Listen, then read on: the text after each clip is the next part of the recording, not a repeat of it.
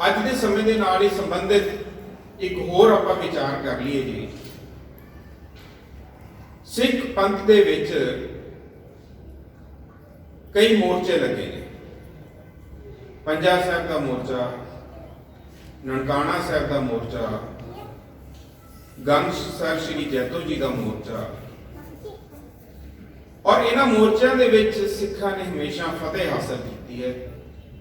ਔਰ ਇਸ ਫਤਿਹ ਦੇ ਵਿੱਚ ਸਮੁੱਚੇ ਹਿੰਦੁਸਤਾਨ ਦੀ ਜੋ ਲੀਡਰਸ਼ਿਪ ਸੀ, ਨੇਤਰਤਵ ਸੀ, ਉਹ ਵੀ ਪ੍ਰਭਾਵਿਤ ਹੋਇਆ ਹੈ। ਔਰ ਇਹਨਾਂ ਮੋਰਚਿਆਂ ਦੇ ਨਾਲ ਹੀ ਇੱਕ ਮੋਰਚਾ ਹੈ ਜੀ, ਚਾਬੀਆਂ ਦਾ ਮੋਰਚਾ। ਜੈਤੋ ਜੀ ਦਾ ਮੋਰਚਾ ਵੀ ਤਕਰੀਬਨ ਫਰਵਰੀ ਦੇ ਵਿੱਚ ਸੰਪੂਰਨ ਹੋਇਆ, ਜਿਹਦਾ ਆਪਾਂ ਨੂੰ ਸਮਾਂ ਮਿਲਿਆ ਉਹ ਵੀ ਵਿਚਾਰ ਲਾਂਗੇ, ਨਹੀਂ ਤਾਂ ਅਗਲੇ ਸਮੇਂ ਦੌਰਾਨ ਬਾਚਾਂਗੇ। ਚਾਬੀਆਂ ਦਾ ਮੋਰਚਾ 19 ਜਨਵਰੀ ਉਸ ਦੀ ਡੇਟ ਹੈ ਜੀ। 19 ਜਨਵਰੀ ਨੂੰ ਚਾਬੀਆਂ ਦੇ ਮੋਰਚੇ ਦੀ ਫਤਿਹ ਹਾਸਲ ਕੀਤੀ ਸੀ। 15 ਨਵੰਬਰ 1920 ਵਾਲੇ ਦਿਨ ਸ਼੍ਰੋਮਣੀ ਗੁਰਦੁਆਰਾ ਪ੍ਰਬੰਧਕ ਕਮੇਟੀ ਦੀ ਸਥਾਪਨਾ ਹੁੰਦੀ ਹੈ ਜੀ। ਔਰ ਇਸ ਦੇ ਪ੍ਰਧਾਨ ਸਰਬਸੰਮਤੀ ਦੇ ਨਾਲ ਚੁਣੇ ਜਾਂਦੇ ਨੇ ਬਾਬਾ ਖੜਕ ਸਿੰਘ ਜੀ, ਜਿਨ੍ਹਾਂ ਨੂੰ ਬੇਤਾਜ ਬਾਦਸ਼ਾਹ ਦੇ ਨਾਲ ਵੀ ਜਾਣਿਆ ਜਾਂਦਾ ਹੈ। ਹੁਣ ਇਸ ਤੋਂ ਪਹਿਲਾਂ ਆਪਾਂ ਥੋੜਾ ਜਿਹਾ ਵਿਚਾਰ ਲਈਏ ਕਿ ਉਸ ਵਕਤ ਅੰਗਰੇਜ਼ਾਂ ਦਾ ਰਾਜ ਸੀ। 1839 ਦੇ ਵਿੱਚ ਮਹਾਰਾਜਾ ਰਣਜੀਤ ਸਿੰਘ ਜੀ ਚੜ੍ਹਾਈ ਕਰਦੇ ਨੇ। ਉਸ ਤੋਂ ਬਾਅਦ ਅੰਗਰੇਜ਼ਾਂ ਦੀਆਂ ਵਧੀਕੀਆਂ ਵਧਦੀਆਂ ਤਕਰੀਬਨ 1849 ਦੇ ਵਿੱਚ ਆ ਕੇ ਅੰਗਰੇਜ਼ ਕਾਬਜ਼ ਹੁੰਦੇ ਨੇ। ਔਰ ਇਹਨਾਂ ਸਮੇਂ ਦੇ ਦੌਰਾਨ ਉਹਨਾਂ ਨੇ ਇੱਕ ਚੀਜ਼ ਜ਼ਰੂਰ ਵਾਚ ਲਈ ਸੀ ਕਿ ਸਿੱਖ ਇੱਕ ਅਜਿਹੀ ਕੌਮ ਹੈ ਜਿਸ ਨੂੰ ਗੁਲਾਮ ਕਰਨਾ ਬੜਾ ਮੁਸ਼ਕਿਲ ਹੈ। ਦੂਜਾ, ਇੱਕ ਅਣਖੀ ਨੇ। ਤੀਸਰਾ, ਮੌਤ ਤੋਂ ਨਹੀਂ ਡਰਦੇ। ਸਭ ਤੋਂ ਵੱਡਾ ਡਰ ਜੇ ਕਿਸੇ ਨੂੰ ਦਿੱਤਾ ਜਾਏ ਤਾਂ ਮੌਤ ਦਾ ਡਰ ਹੁੰਦਾ ਹੈ। ਮੌਤ ਤੋਂ ਨਹੀਂ ਡਰਦੇ। ਗੁਰੂ ਪਾਤਸ਼ਾਹ ਸਾਹਿਬ ਸ੍ਰੀ ਗੁਰੂ ਗੋਬਿੰਦ ਸਿੰਘ ਜੀ ਵੀ ਫਰਮਾਉਂਦੇ ਨੇ, ਭੈ ਕਾਹੂ ਕੋ ਦੇਤ ਨੈ ਭੈ ਮਾਨਤ ਆਨ। ਸਿੱਖਾਂ ਦੀ ਇਹ ਤਾਸੀਰ ਹੈ, ਨਾ ਤਾਂ ਉਹ ਕਿਸੇ ਤੋਂ ਡਰਦਾ ਹੈ ਤੇ ਨਾ ਹੀ ਕਿਸੇ ਨੂੰ ਨਜਾਇਜ਼ ਡਰਾਉਂਦਾ ਹੈ। ਅੱਜ ਜੇ ਕੋਈ ਚੜ ਕੇ ਆ ਜਾਵੇ ਫਿਰ ਉਸ ਦਾ ਜਵਾਬ ਤਾਂ ਦੇਣਾ ਹੀ ਪੈਂਦਾ ਹੈ। ਚੜ ਕੇ ਆਏ ਨੂੰ ਪ੍ਰਸ਼ਾਦ ਜ਼ਰੂਰ ਛਕਾਉਂਦਾ, ਲੇਕਿਨ ਮਜ਼ਲੂਮ ਦੇ ਉੱਤੇ ਨਹੀਂ ਹੱਥ ਚੱਲਦਾ। ਸੋ ਸਭ ਤੋਂ ਪਹਿਲਾਂ ਅੰਗਰੇਜ਼ਾਂ ਨੇ ਸੋਚਿਆ ਕਿ ਇਹਨਾਂ ਦਾ ਜਿਹੜਾ ਮਾਲੀਆ ਹੈ ਇਸ ਤੇ ਕਬਜ਼ਾ ਕਰ ਲਿਆ ਜਾਏ।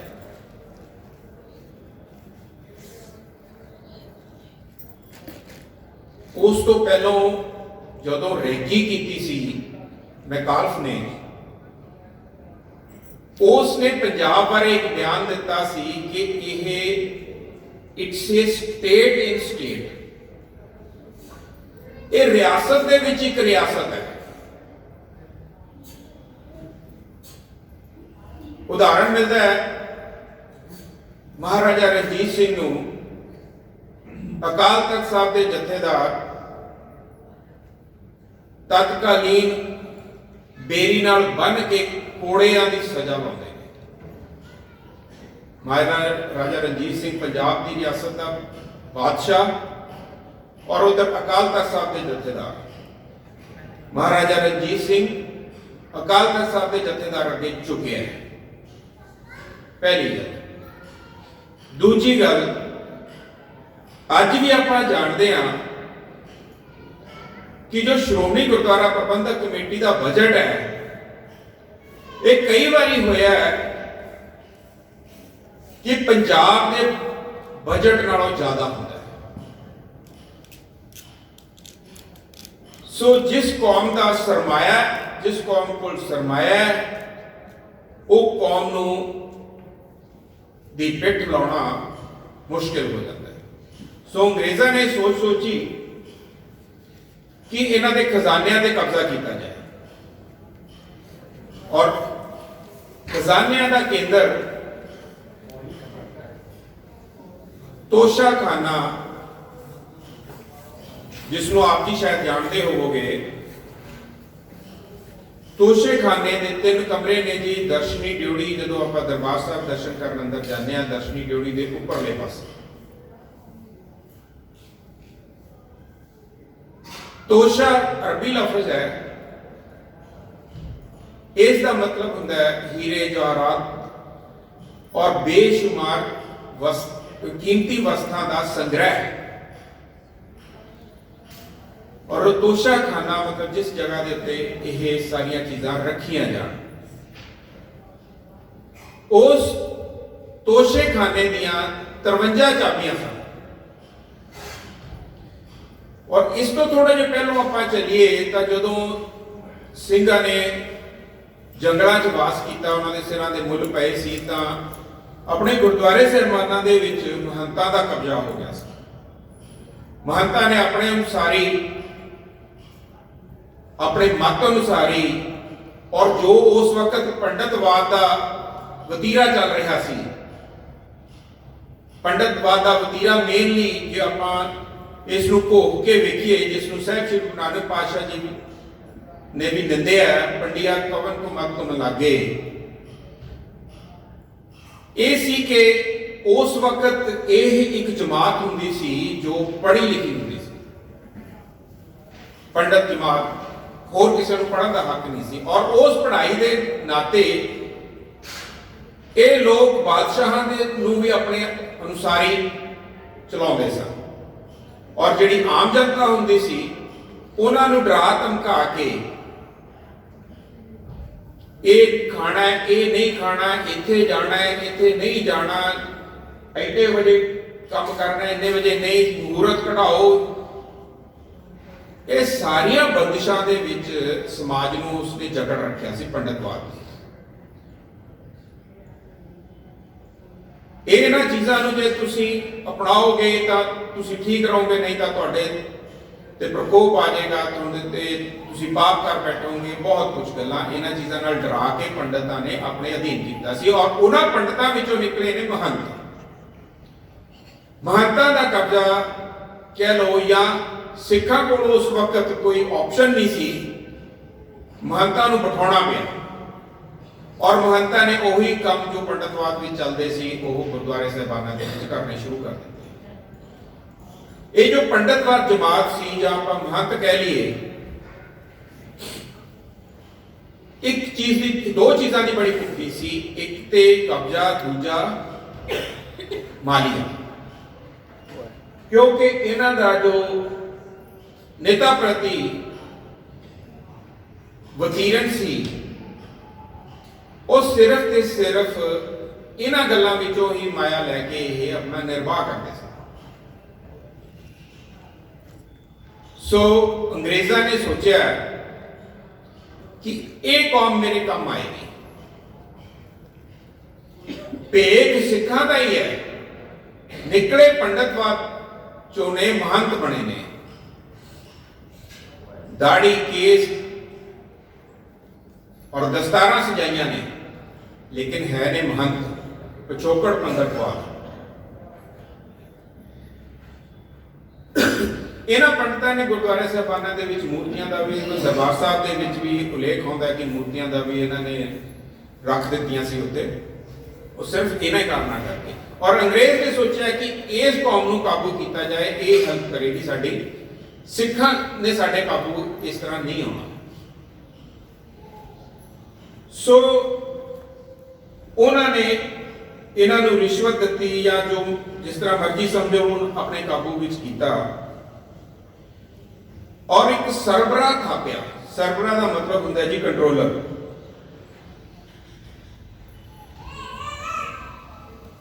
ਸਰਬਰਾਹ ਸੁੰਦਰ ਸਿੰਘ ਰਾਮਗੜੀਆ ਨੂੰ ਇਹਨਾਂ ਨੇ ਥਾਪਿਆ, ਔਰ ਜਬਰਨ ਮਹੰਤਾਂ ਕੋਲੋਂ ਉਹ ਤੋਸ਼ੇਖਾਨੇ ਦੀਆਂ ਚਾਬੀਆਂ ਲੈ ਕੇ ਸੁੰਦਰ ਸਿੰਘ ਰਾਮਗੜੀਏ ਦੇ ਹਵਾਲੇ ਕੀਤੀਆਂ। ਇਹ ਤੋਸ਼ੇਖਾਨੇ ਬਾਰੇ ਆਪਾਂ ਨੂੰ ਪਤਾ ਵੀ, ਆਪਾਂ ਜਾਣਦੇ ਵੀ ਹਾਂ ਕਿ ਜਦੋਂ ਜਲਾਓ ਸਜਦਾ ਹੈ ਤੋਸ਼ੇਖਾਨੇ ਦੀਆਂ ਜੋ ਕੀਮਤੀ ਬੇਸ਼ੁਮਾਰ ਵਸਤਾਂ ਨੇ ਉਹ ਦਰਬਾਰ ਸਾਹਿਬ ਦੇ ਵਿੱਚ ਸਾਹਿਬ ਸ੍ਰੀ ਗੁਰੂ ਗ੍ਰੰਥ ਸਾਹਿਬ ਜੀ ਦੇ ਹਜ਼ੂਰੀ 'ਚ ਸਜਾਈਆਂ ਜਾਂਦੀਆਂ ਨੇ ਔਰ ਇਹ ਪੇਸ਼ਨਗੋਈ ਤਕਰੀਬਨ ਸਾਲ ਦੇ ਵਿੱਚ 6 ਵਾਰੀ ਕੀਤੀ ਜਾਂਦੀ ਹੈ। ਔਰ ਸੁੰਦਰ ਸਿੰਘ ਮਜੀਠੀਆ, ਸੁੰਦਰ ਸਿੰਘ ਰਾਮਗੜੀਏ ਨੂੰ ਸਰਬਰਾਹ ਥਾਪ ਕੇ, ਕੰਟਰੋਲਰ ਥਾਪ ਕੇ, ਅੰਗਰੇਜ਼ਾਂ ਦਾ ਹੀ ਬੰਦਾ ਸੀ, ਭੇਖ ਸਿੱਖਾਂ ਦਾ ਸੀ, ਉਸ ਨੂੰ ਚਾਬੀਆਂ ਉਸ ਦੇ ਹਵਾਲੇ ਕੀਤੀਆਂ। 1839-40 ਦਾ ਇਹ ਸਮਾਂ ਹੈ। ਸ਼੍ਰੋਮਣੀ ਗੁਰਦੁਆਰਾ ਪ੍ਰਬੰਧਕ ਕਮੇਟੀ ਬਣਦੀ ਹੈ, ਜਿਵੇਂ ਆਪਾਂ ਪਹਿਲਾਂ ਜ਼ਿਕਰ ਕੀਤਾ ਹੈ, 15 ਨਵੰਬਰ 1920। ਫਿਰ ਜਾਗਰੂਕਤਾ ਆਉਂਦੀ ਹੈ ਸਿੱਖਾਂ ਦੇ ਵਿੱਚ ਕਿ ਧਾਰਮਿਕ ਸਥਾਨ ਸਾਡਾ, ਖਜ਼ਾਨਾ ਸਾਡਾ, ਅਸੀਂ ਜਲਾਓ ਸਜਾਉਣ ਵਾਲੇ ਤੇ ਚਾਬੀਆਂ ਸਰਵਰਾਂ ਦੇ ਕੋਲ ਕਿਉਂ? ਇਸ ਦਾ ਵਿਚਾਰ ਜਦੋਂ ਹੋਇਆ ਤਾਂ ਉਸ ਵਕਤ ਜੋ ਪ੍ਰਧਾਨ ਸਨ ਬਾਬਾ ਖੜਕ ਸਿੰਘ ਜੀ ਬੇਤਾਜ ਬਾਦਸ਼ਾਹ, ਉਹਨਾਂ ਨੇ ਫੈਸਲਾ ਕੀਤਾ ਕਿ ਆਪਾਂ ਇੱਕ ਬੈਠਕ ਸੱਦੀਏ। ਉਸ ਬੈਠਕ ਦੇ ਵਿੱਚ ਫੈਸਲਾ ਕਰਦੇ ਹਾਂ ਕਿ ਕੀ ਕਰਨਾ ਚਾਹੀਦਾ। 22 ਅਕਤੂਬਰ 1921 ਵਾਲੇ ਦਿਨ ਉਹ ਬੈਠਕ ਸੱਦੀ ਗਈ ਔਰ ਉਸ ਦੇ ਵਿੱਚ ਫੈਸਲਾ ਹੋਇਆ ਕਿ ਸੁੰਦਰ ਸਿੰਘ ਰਾਮਗੜੀਏ ਤੋਂ ਚਾਬੀਆਂ ਲਈਆਂ ਜਾਣ।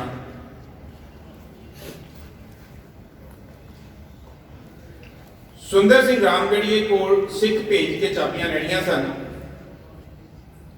ਇਤਨੇ ਵਿੱਚ ਇਤਲਾਹ, ਕਿਉਂਕਿ ਸਿੱਖਾਂ ਦੇ ਵਿੱਚ ਬੜੇ ਘੁਸਪੈਠੀਏ ਵੀ ਰਹੇ ਨੇ,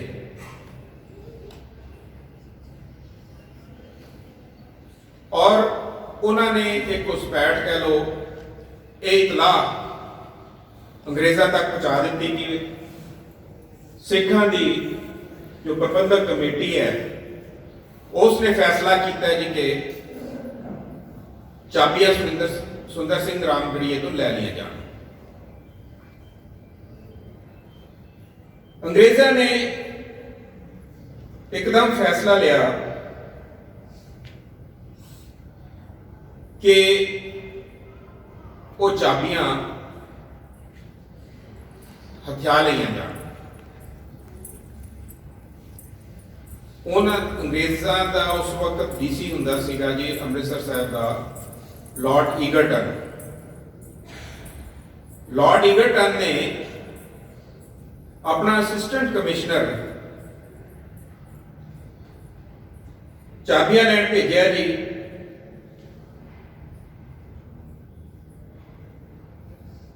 ਲਾਲਾ ਅਮਰਨਾਥ ਉਸ ਦਾ ਨਾਮ ਸੀ। 7/11/1921 7 ਨਵੰਬਰ 1921 ਵਾਲੇ ਦਿਨ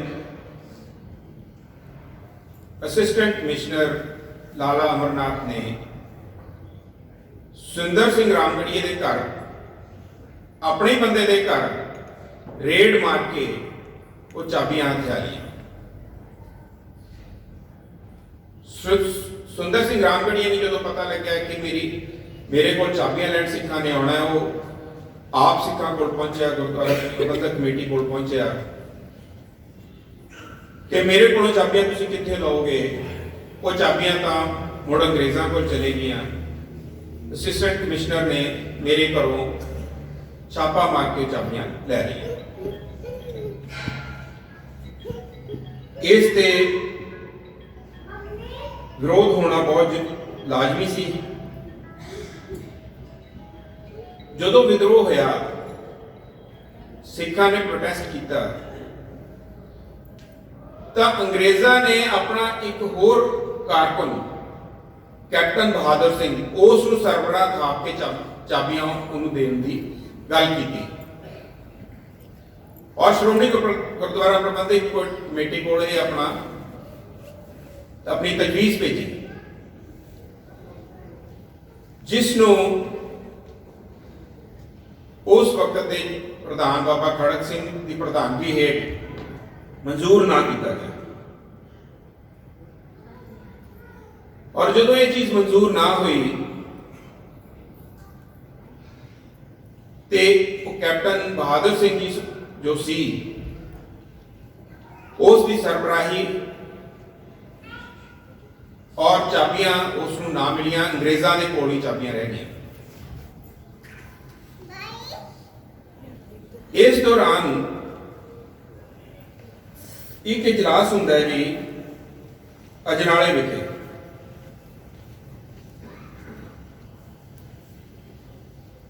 और उस तो पहलों गुरु नानक पातशाह जी का प्रकाश पुरब भी आता है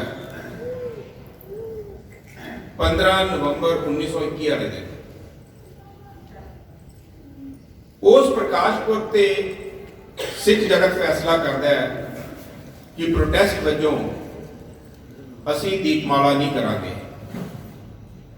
गुरु नानक पातशाह जी के प्रकाश पुरब दीयां खुशियां नहीं मनावांगे। शांतमई प्रोटेस्ट सारे चलते पे ने, और उधरले पासे प्रिंस विल्स ने भारत के दौरे ते आना सी, और इथों के अंग्रेज शासक ने उसनूं दिखाना सी कि साडा प्रबंध कितना वधिया है।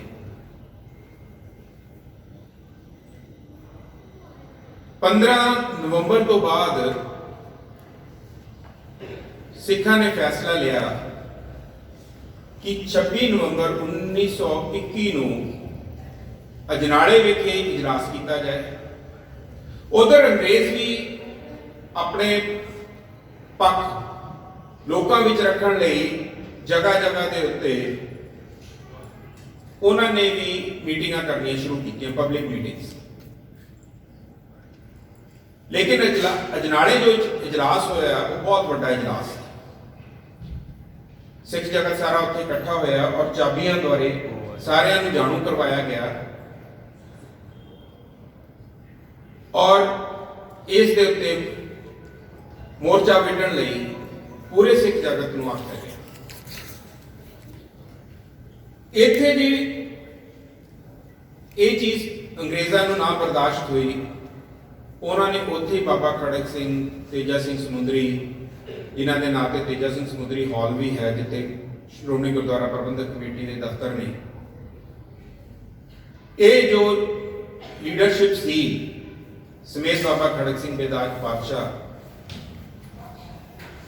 अमृतसर साहब चों, लाहौर चों, गुजरांवाला चों, ये सारे उन्होंने अरेस्ट कर लिया।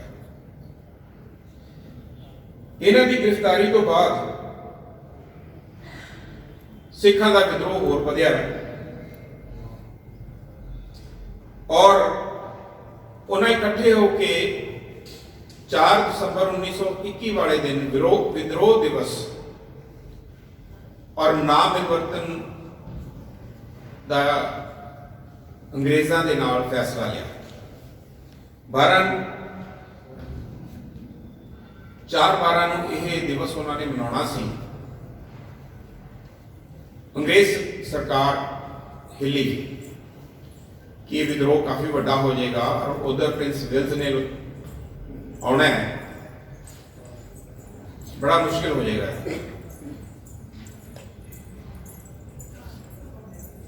इसते अंग्रेज़ों ने सोचना शुरू किया कि चाबियां दे दित्तियां जान, लेकिन अमृतसर साहब रेंज का जो कमिश्नर सी लॉर्ड रिपन, वो डिप्टी कमिश्नर लॉर्ड इगरटन को चिट्ठी लिखता है और उस चिट्ठी के कहता है कि गॉड से रब का वास्ता ये चाबियां ना दित्तियां जान, और उसका रीजन भी बड़ा वधिया लिखता है। दुश्मन है लेकिन कई बार दुश्मन तो भी कोई सिक्ख्या ले लेनी चाहिए है। वो की लिखता है जी, बड़ी कीमती चीज उसने लिखी है। वो कहता है कि रब दा वास्ता ये चाबियां एक रिलीजियस बॉडी, ऑर्गेनाइजिंग बॉडी जो प्रबंध संभालेगी गुरुद्वारे साहबाना का, उसनूं इस करके ना दित्तियां जाण क्योंकि वो जो बॉडी है वो वोटां दे नाल इलैक्ट होके आई है। बड़ी समझण की लोड़ है जी इस चीज नूं। कहना जे ये वोटां दे नाल जो बन के बॉडी आई है, ये एक दिन अपने धर्म नूं आप ही खत्म कर देगी। ये उसने लॉर्ड रिपन ने 1921 ਦੇ ਵਿੱਚ चिट्ठी लिखी है और आज आपां की देख रहे हैं।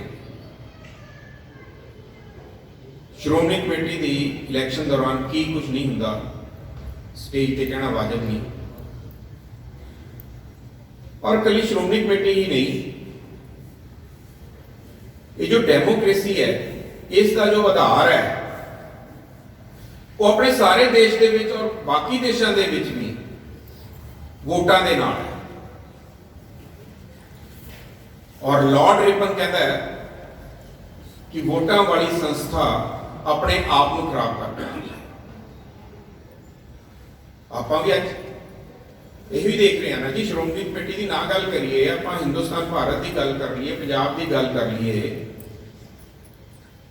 शासका ने, मंत्रियों ने, मुख्यमंत्रियों ने, प्रधानमंत्रियों ने काम वो करने ने, अजिहे करने ने जिसके नाल 4 वोटां आ जाए। समाज की मजलूम की, आम जनता की भलाई का तो कोई किसी को नहीं। जो लॉर्ड रिपन ने कहा सी 1921 दे विच, वो अज सच हो निबड़ रहा है। कोई एक फिरके को इकट्ठा कर लेंदा है, जो एक बहुतात दे विच अपने फिरका है उसको इकट्ठा करके मैं जो वोटा ले लेना, माइनॉरिटीज तो की लेना है, और माइनॉरिटीज का कांड करके वो फिरके को खुशी दे के कि हाँ जी असं फलाने फिरके नाल संबंधित हाँ तो साडा यह रखवाला है, साडा ये इनू वोट पाओ। कोई अखीरले साल में आके काम करता है ताकि लोग देख लैन कि मैं बड़े काम किए थे तो मैनू वोट पा दे। सिर्फ ते सिर्फ वोट का मकसद रह गया जो लॉर्ड रिपन कहता है। लेकिन गुरबाणी की कहती है, गुरु साहब की फरमाते ने, गुरुओं ने की कीता है, सिख नूं तो वो करना चाहिए ना जी, सिख नूं तो वो सोचना चाहिए सी। भट्ट साहबान गुरबाणी में फरमाते ने, परचो प्रमाण जिन पायो तिन सकेथो जन्म जग। भट्ट साहबान कहते ने जिदे उत्ते परचा पिया, जिदा इम्तिहान लिया गया है, उसका ही जीवन इत्थे आया दा सकारत है। असी की करते हैं, असी कहते हैं जी वो बढ़िया जिन्होंने 4 वोटां पै जाए, जिन्होंने 4 भाई कहते हैं, जिन्होंने इकट्ठ ने जिसनों समर्थन देता वो चंगा, वो देश का नेता। एक निक्की जी गल करनी चाहना साडे देश नूं कि उन्हां लोकां दी लोड़ है जिन्हां दे कोल वोटां ज़्यादा ने, या साडे देश नूं या साडे समाज नूं या साडे धर्म नूं वो नेतावां दी लोड़ है जिन्हां दे कोल दिमाग है, जिहड़े कोई रोशन दिमाग ने, जिन्हां दी अकल चंगी है, जिहड़े पढ़े लिखे ने, ताकि वो समाज नूं कुछ सेध दे सकन, देश नूं अगे ले जा सकन।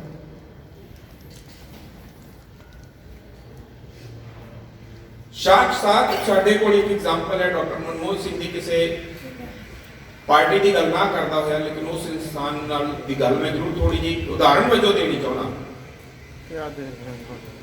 डॉक्टर मनमोहन सिंह जो देश लिए करके है, और डॉक्टर मनमोहन सिंह जो इकोनॉमिस्ट सी, सारी दुनिया जानती है, सारी दुनिया उसकी वाह करती है।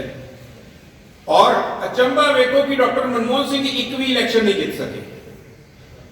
10 साल डॉक्टर मनमोहन सिंह राज करके ने देश के उत्ते, लेकिन इलेक्शन नहीं जीत सके। ਗੁਰੂ ਗੋਬਿੰਦ ਸਿੰਘ ਸਾਹਿਬ ਪਾਤਸ਼ਾਹ ਪੰਜ ਪਿਆਰੇ ਥਾਪਦੇ ਨੇ, ਪੰਜ ਪਿਆਰੇ ਸਿਲੈਕਟ ਕਰਦੇ ਨੇ ਸ਼੍ਰੀ ਅਨੰਦਪੁਰ ਸਾਹਿਬ। ਵੋਟਾਂ ਪਾ ਕੇ ਤਾਂ ਨਹੀਂ ਕਰਦੇ, ਪਰਖ ਲਈ ਹੈ ਉਹਨਾਂ ਨੇ, ਟੈਸਟ ਲਿਆ, ਪਰਚੋ ਪ੍ਰਮਾਣ ਜਨ ਪਾਇਓ ਤਿੰਨ ਸੱਚੇ ਤੋਂ ਜਨਮ ਜਾ ਕੇ ਪਰਚਾ ਪਾਇਆ ਸਿੱਖਾਂ ਦੇ ਅੱਗੇ। ਖਾਲਸਾ ਵੋਟਾਂ ਦੇ ਨਾਲ ਨਹੀਂ ਆਇਆ, ਖਾਲਸਾ ਇਮਤਿਹਾਨ ਦੇ ਕੇ ਆਇਆ। ਖਾਲਸਾ ਜੋ ਬਣਿਆ ਉਹ ਟੈਸਟ ਦੇ ਨਾਲ ਬਣਿਆ, ਪਰਚੇ ਦੇ ਵਿੱਚ ਪਾਸ ਹੋ ਕੇ ਬਣਿਆ। ਨੰਗੀ ਤਲਵਾਰ ਲੈ ਕੇ ਸਾਹਿਬ ਖੜੇ ਨੇ ਕਿ ਮੈਨੂੰ ਸਿੱਖ ਦਾ ਸਿਰ ਚਾਹੀਦਾ, ਕੌਣ ਦੇਗਾ? ਦਇਆ ਸਿੰਘ ਉੱਠੇ ਨੇ, ਪਾਤਸ਼ਾਹ ਹਾਜ਼ਰ ਹਾਂ। ਦਇਆ ਸਿੰਘਾ ਤੂੰ ਸੁਣ ਲਿਆ ਮੈਂ ਕੀ ਕਿਹਾ? ਮੈਂ ਸਿਰ ਲੈਣਾ, ਵੱਢਣਾ ਸਿਰ ਤੇਰਾ। ਦਇਆ ਸਿੰਘ ਕੀ ਫਰਮਾਉਂਦੇ ਨੇ ਅੱਗੋਂ? ਪਾਤਸ਼ਾਹ ਜਿਸ ਦਿਨ ਦਾ ਤੇਰੀ ਸ਼ਰਨ ਵਿੱਚ ਆਇਆ, ਇਹ ਸਿਰ ਤਾਂ ਮੇਰਾ ਰਿਹਾ ਹੀ ਨਹੀਂ, ਸਿਰ ਤਾਂ ਤੇਰਾ ਹੋ ਗਿਆ। ਆ ਜਾ ਦਇਆ ਸਿੰਘ। ਦੂਜੀ ਵਾਰ ਧਰਮ ਸਿੰਘ, ਹਿੰਮਤ ਸਿੰਘ, ਸਾਹਿਬ ਸਿੰਘ, ਮੋਹਕਮ ਸਿੰਘ, ਇਸੇ ਤਰਤੀਬ ਦੇ ਵਿੱਚ ਇਹਨਾਂ ਹੀ ਇਮਤਿਹਾਨਾਂ ਦੇ ਵਿੱਚੋਂ ਪਾਸ ਹੋ ਕੇ ਨਿਕਲੇ ਨੇ। ਔਰ ਨਿਕਲ ਕੇ ਜਦੋਂ ਸਾਹਿਬ ਨੇ ਅੰਮ੍ਰਿਤ ਦੀ ਦਾਤ ਬਖਸ਼ੀ ਹੈ, ਅੱਜ ਅਸੀਂ ਮਿੰਨਤਾਂ ਕਰਦੇ ਫਿਰਦੇ ਹਾਂ ਸਾਨੂੰ ਅੰਮ੍ਰਿਤ ਛਕ ਲਓ ਜੀ, ਅਸੀਂ ਕਸ਼ਹਿਰੇ ਫ੍ਰੀ ਦੇਵਾਂਗੇ, ਅਸੀਂ ਕਿਰਪਾਨਾਂ ਫ੍ਰੀ ਦੇਵਾਂਗੇ। ਨਾ, ਪਰਚਾ ਕਿਹਦਾ ਲੈਣੇ ਆ? ਪਰਚਾ ਤਾਂ ਲੈਣਾ ਚਾਹੀਦਾ ਸੀ। ਸਾਡੇ ਕੋਲ ਲਾਈਨ ਲੱਗ ਕੇ ਆਉਂਦੀ ਕਿ ਸਾਨੂੰ ਅੰਮ੍ਰਿਤ ਛਕਾਓ, ਅਸੀਂ ਕਹਿੰਦੇ ਨਹੀਂ, ਪਹਿਲਾਂ ਇਮਤਿਹਾਨ ਦੇਵਾਂਗੇ। ਖਾਲਸਾ ਇੱਕ ਚਾਹੀਦਾ ਹੈ, ਲੱਖਾਂ ਦੀ ਲੋੜ ਨਹੀਂ। ਜੋ ਪਾਤਸ਼ਾਹ ਕੀ ਕਹਿੰਦੇ ਨੇ, 1.25 ਲੱਖ ਸੇ ਇੱਕ ਲੜਾਊਂ। ਔਰ ਉਹ ਜਿਹੜਾ ਪਰਚੇ ਦੇ ਵਿੱਚ ਨਿਪੁੰਨ ਹੋ ਕੇ ਆਇਆ ਉਹ ਖਾਲਸਾ ਸੀ। ਔਰ ਖਾਲਸੇ ਦੀ ਡੈਫੀਨੇਸ਼ਨ ਕੀ ਸੀ? ਸਾਹਿਬ ਕੀ ਫਰਮਾਉਂਦੇ ਨੇ ਫਿਰ?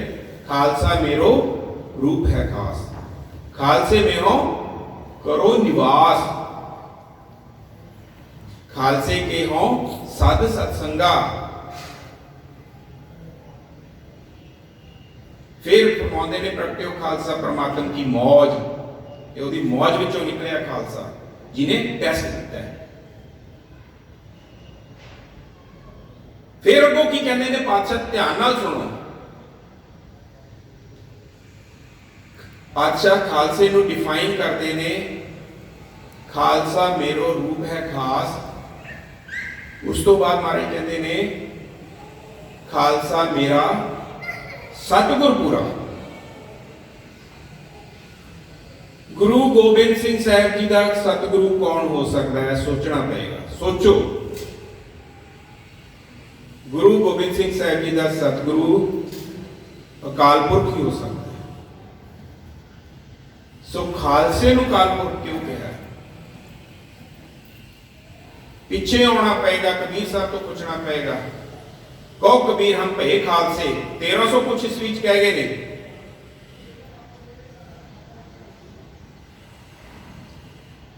कबीर साहब कहते कि मेरे और परमात्मा दे विच कोई अंतर रहा ही नहीं, राम कबीरा एक पए हैं। सो खालसा की होया? खालसा परमात्मा है, जेड़ा जग्यासू, जेड़ा सिख, जो गुरु नानक पातशाह जी ने सिख पंथ चलाया सी, सिख की नींह रखी सी, जो सिख की पाठ पढ़दा पढ़दा अंततः परमेश्वर दे विच समा गया, उसनूं अमृत छकण दा हक है, उसनूं खालसा कहाउण दा हक है। और ओहो ही 1.25 लाख से एक लड़ाऊ। साहिबा दे बोल गलत नहीं है। हुण दसो अकाल पुरख किन्ने नाल लड़ सकदा? बथेरिया नाल लड़ सकदा। वो तो हरन फरन जागा नेत्र हो रही कख दे बोर दे विच सब नूं तबाह कर दो।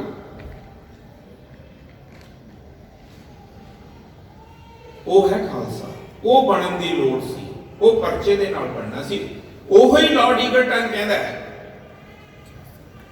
कि रब दा वास्ता इन्हां नूं चाबियां ना दो जिन्हां ने एक बॉडी बनाई है, जिन्हां ने एक संस्था बनाई है प्रबंध संभालण दी गुरुद्वारियां दा, जो इलैक्शन दे नाल चुनी गई है। वो अपने ही धर्म नूं आप तबाह कर बैठेंगे। कहण दी लोड़ नहीं, अज तुहाडे सामने प्रताप है। और इस दे प्रमाण गुरबाणी विचों साहिबां वल्लों आपां दे चुके हैं। की खालसा साजना साहब श्री गुरु नानक पातशाह जी नहीं सी होंदा? जो पंजां प्यारियां दे नाम तरतीबवार गुरु साहब श्री गुरु नानक पातशाह जपजी साहब दे विच अंकित कर गए ने, उसे तरतीब दे विच पंज प्यारे 1699 विसाखी वाले दिन साहब श्री गुरु गोबिंद सिंह जी के हजूर पेश हुए। कि गुरु नानक पातशाह ना खालसा बना देंगे? नहीं, पढ़न की लोड़ सी, सीखण की लोड़ सी। सिख का मतलब है लर्निंग, पढ़ के निपुण हो के सिंह बनना है, सिंह बन के फिर खालसा बनना है। खालसा परचे दे नाल, इम्तिहान दे नाल। सानू अज भी लोड़ है, और यह फलसफा सिर्फ ते सिर्फ सिखां कोल है।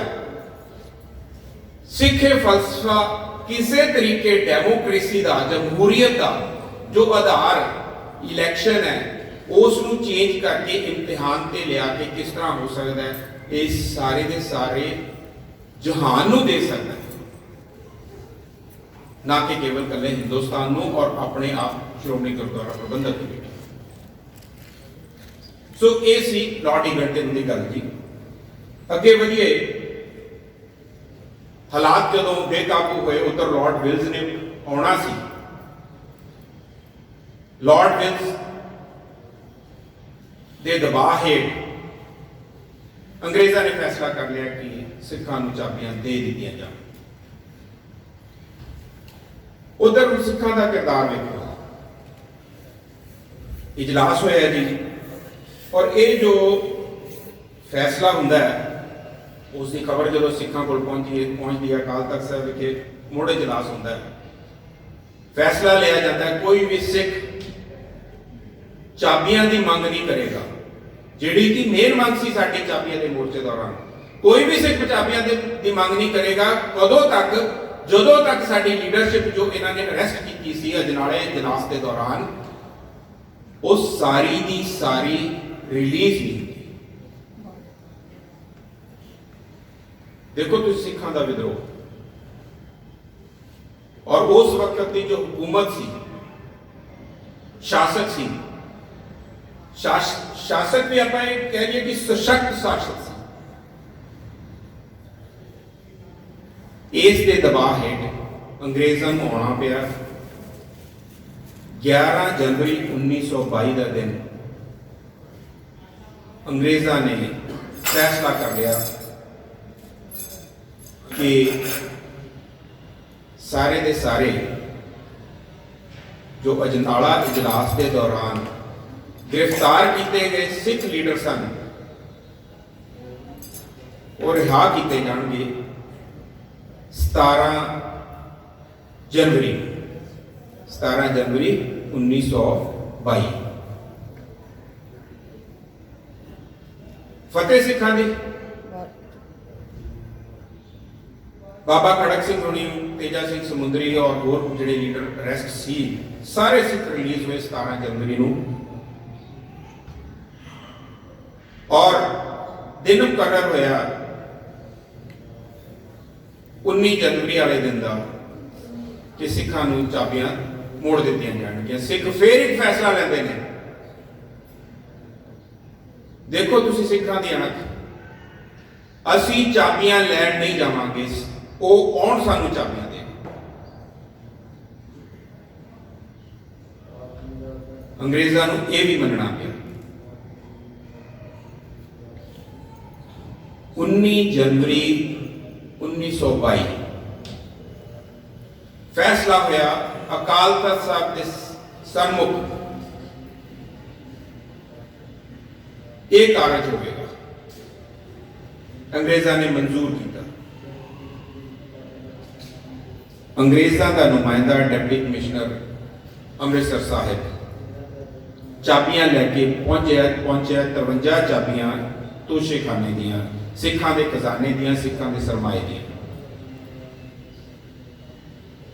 ਬਾਬਾ ਖੜਕ ਸਿੰਘ ਬੇਤਾਜ ਬਾਦਸ਼ਾਹ, ਦੇਖੋ ਸਾਡੀ ਉਸ ਵਕਤ ਦੀ ਲੀਡਰਸ਼ਿਪ ਨਹੀਂ ਕਹਿੰਦਾ ਰੁਕੋ, ਹਾਲੇ ਨਹੀਂ ਲੈਣੀ। ਬਾਬਾ ਖੜਕ ਸਿੰਘ ਸਮੁੱਚੀ ਸੰਗਤ ਅੱਗੇ ਹੱਥ ਜੋੜ ਕੇ ਖੜੇ ਹੁੰਦੇ ਨੇ, ਸੰਗਤ ਜੀ ਕੀ ਤੁਸੀਂ ਇਜਾਜ਼ਤ ਦਿੰਦੇ ਹੋ ਕਿ ਮੈਂ ਚਾਬੀਆਂ ਲੈ ਲਵਾਂ? ਨਿਮਾਣਤਾ ਵੇਖੋ, ਜਿਸ ਤੇ ਇੰਨੀਆਂ ਘਾਲਣਾ ਘਾਲੀਆਂ ਗਈਆਂ, ਐਡਾ ਵੱਡਾ ਮੋਰਚਾ ਲਾਇਆ ਗਿਆ, ਜਿੱਤ ਵੀ ਜਿੱਤੀ ਗਈ, ਫਿਰ ਵੀ ਪੱਲਾ ਅੱਡ ਕੇ ਸੰਗਤ ਕੋਲੋਂ ਆਗਿਆ ਲਈ ਜਾਂਦੀ ਹੈ। ਸੰਗਤ ਜੀ ਕੀ ਤੁਸੀਂ ਮੈਨੂੰ ਆਗਿਆ ਦਿੰਦੇ ਹੋ ਕਿ ਮੈਂ ਚਾਬੀਆਂ ਇਹਨਾਂ ਕੋਲੋਂ ਲੈ ਲਵਾਂ? ਹੋਏ ਨਿਮਾਣੀ ਢਹਿ ਪਵਾਂ। ਇਹ ਨਿਮਾਣਤਾ ਹੀ ਹੈ ਜਿਸ ਕਾਰਨ ਵੱਡੀਆਂ ਵੱਡੀਆਂ ਜੰਗਾਂ, ਵੱਡੇ ਵੱਡੇ ਮੋਰਚੇ ਜਿੱਤੇ ਜਾ ਸਕਦੇ ਨੇ। ਸੰਗਤ ਜੀ ਬੋਲੇ ਸੋ ਨਿਹਾਲ ਦੇ ਜੈਕਾਰਿਆਂ ਦੇ ਵਿੱਚ ਬਾਬਾ ਖੜਕ ਸਿੰਘ ਨੂੰ ਇਜਾਜ਼ਤ ਦਿੱਤੀ ਗਈ ਸੰਗਤ ਵੱਲੋਂ, ਔਰ ਬੜੀ ਸ਼ਾਨ ਸ਼ੌਕਤ ਦੇ ਨਾਲ ਬਾਬਾ ਖੜਕ ਸਿੰਘ ਨੇ ਅੰਗਰੇਜ਼ ਡਿਪਟੀ ਕਮਿਸ਼ਨਰ ਕੋਲੋਂ ਚਾਬੀਆਂ ਹਾਸਲ ਕੀਤੀਆਂ ਤੋਸ਼ੇਖਾਨੇ ਦੀਆਂ। ਉਸ ਦਿਨ ਤੋਂ ਲੈ ਕੇ ਬਲੂ ਸਟਾਰ ਆਪਰੇਸ਼ਨ ਤੱਕ ਸਿੱਖਾਂ ਦਾ ਕਬਜ਼ਾ ਆਪਣੇ ਖਜ਼ਾਨੇ ਤੇ ਰਿਹਾ ਹੈ। ਫਿਰ ਦੁਬਾਰਾ ਤੋਸ਼ੇਖਾਨੇ ਤੇ ਕਬਜ਼ਾ 1984 ਦੇ ਵਿੱਚ ਸਿੱਖਾਂ ਕੋਲ ਨਾ ਰਹਿ ਕੇ ਕਾਫੀ ਸਮੇਂ ਤੱਕ ਦੇਸ਼ ਦੀ ਹਕੂਮਤ ਕੋਲ ਰਿਹਾ, ਉਹ ਵੀ ਕਾਲੇ ਦਿਨ।